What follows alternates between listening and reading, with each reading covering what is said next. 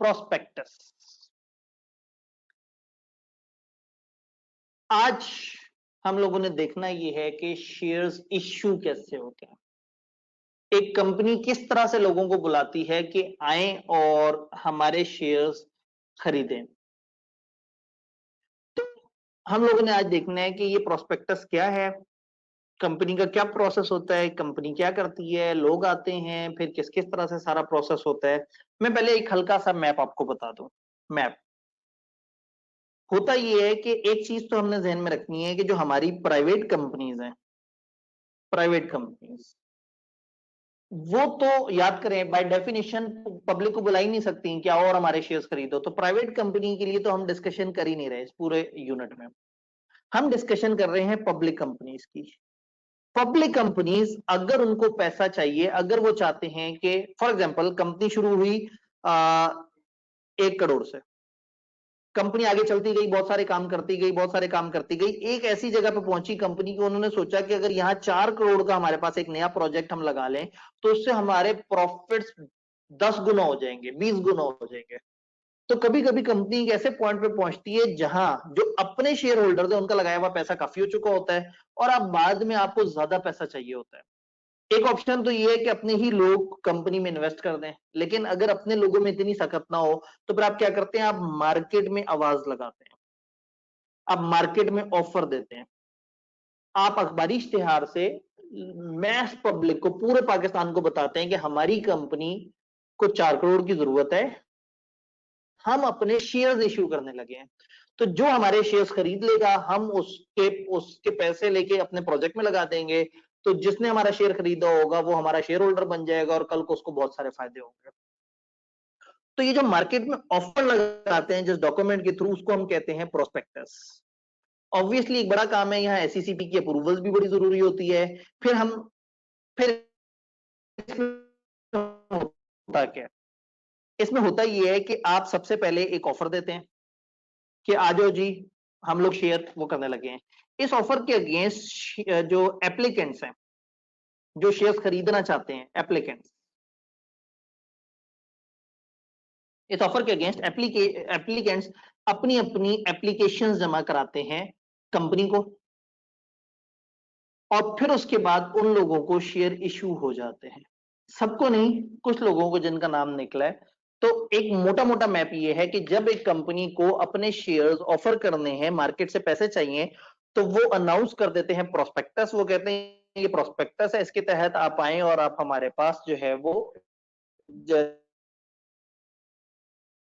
जमा कराएं अपनी एप्लीकेशंस।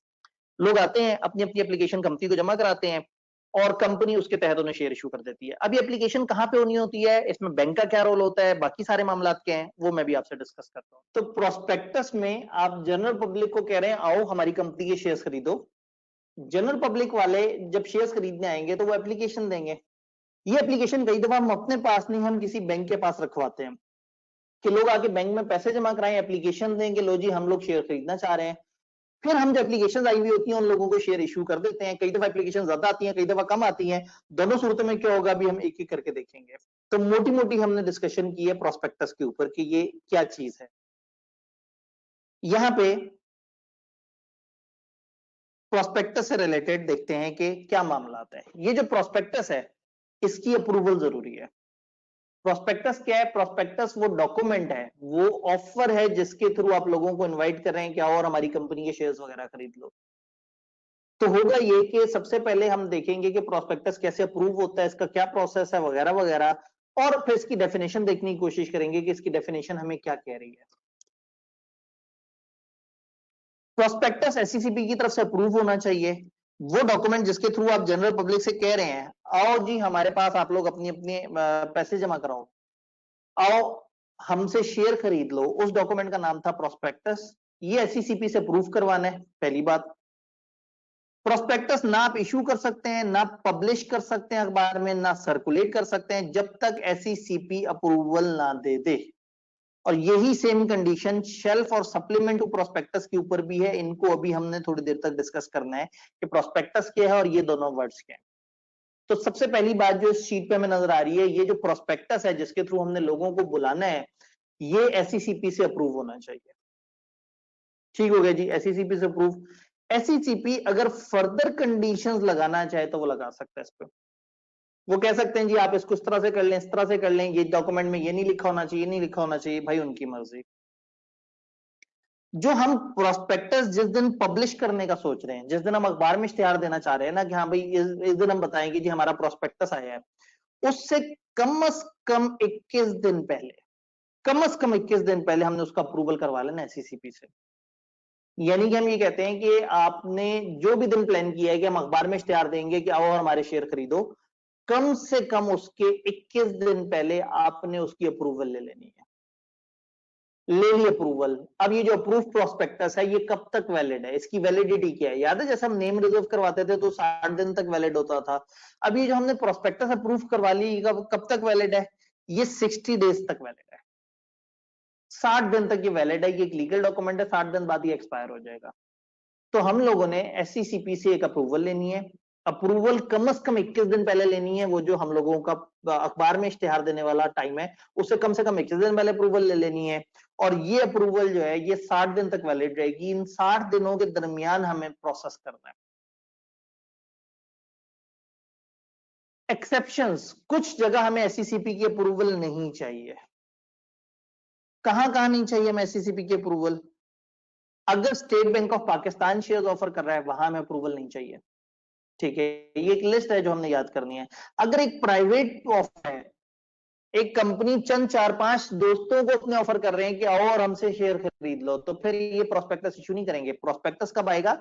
जब आप पब्लिक ऑफर कर रहे हैं, पब्लिक ऑफर, जनता को, जनरल पब्लिक को आप ऑफर कर रहे हैं। अगर एक होल्डिंग कंपनी अपने सब्सिडरी के शेयर्स अपने मेंबर्स को बांट रही है, याद है हमने क्या कहा था? एक कंपनी डिविडेंड के तौर पे अपने इन्वेस्टमेंट भी बांट सकती है। तो हमने कहा कि अगर एक सब्सिडरी के शेयर्स लिस्टेड होल्डिंग कंपनी अपने मेंबर को बांट रही है तो इसमें प्रोस्पेक्टस इशू करने की जरूरत ही नहीं है, तो डिविडेंड है। शेयर तो इशू हो रहे हैं नए, लेकिन आप डिविडेंड के तौर पर बांट रहे हैं, इसके लिए आपको इजाजत की जरूरत नहीं है। अगर आप अपने ही एग्जिस्टिंग मेंबर्स या एम्प्लॉइज को शेयर दे रहे हैं तो इजाजत की जरूरत नहीं है।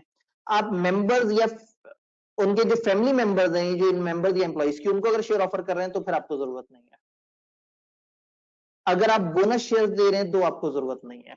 टेक्निकली हमने कहा कि आपने जब भी जनरल पब्लिक को शेयर इशू करने आपको एससीसीपी की इजाजत चाहिए होगी। आप एक प्रोस्पेक्टस नामी डॉक्यूमेंट बनाएंगे और एससीसीपी से इजाजत लेंगे।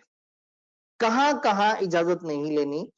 वहां जहां पे पब्लिक की तरफ नहीं जा रहे। एक तो स्टेट बैंक ऑफ पाकिस्तान है, वो तो अपना इनका प्रोसेस होगा, हमें नहीं पता वो क्या करेंगे, वहां एससीसीपी बीच में इन्वॉल्व नहीं होगा क्योंकि स्टेट बैंक ऑफ पाकिस्तान अपने अंदर एक अथॉरिटी है। अगर आप प्राइवेटली जिन लोगों को ऑफर कर रहे हैं, आप बोनस शेयर दे रहे हैं, आप अपनी सब्सिडरी कंपनी के शेयर्स बांट रहे हैं, आप बोनस शेयर दे रहे हैं, आप अपने ही एग्जिस्टिंग मेंबर्स को शेयर दे रहे हैं या अपने एम्प्लॉइज को शेयर दे रहे हैं, इन सब में प्रोस्पेक्टस या उसकी अप्रूवल की जरूरत नहीं है। ठीक है जी। अगर एक कंपनी, एक होल्डिंग कंपनी है, वो अपने मेंबर्स को शेयर्स दे रही है। कौन से शेयर्स दे रही है? Shares of its listed subsidiary company.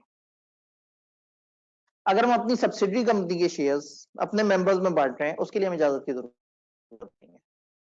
हमने कहा था कि आप डिविडेंड का एक तरीका ये भी हो सकता है कि आप अपनी इन्वेस्टमेंट उठा के लोगों में बांटते हैं। ठीक, सीधी सीधी सी बात पड़ी है, अप्रूवल क्या चाहिए और कहां अप्रूवल नहीं चाहिए।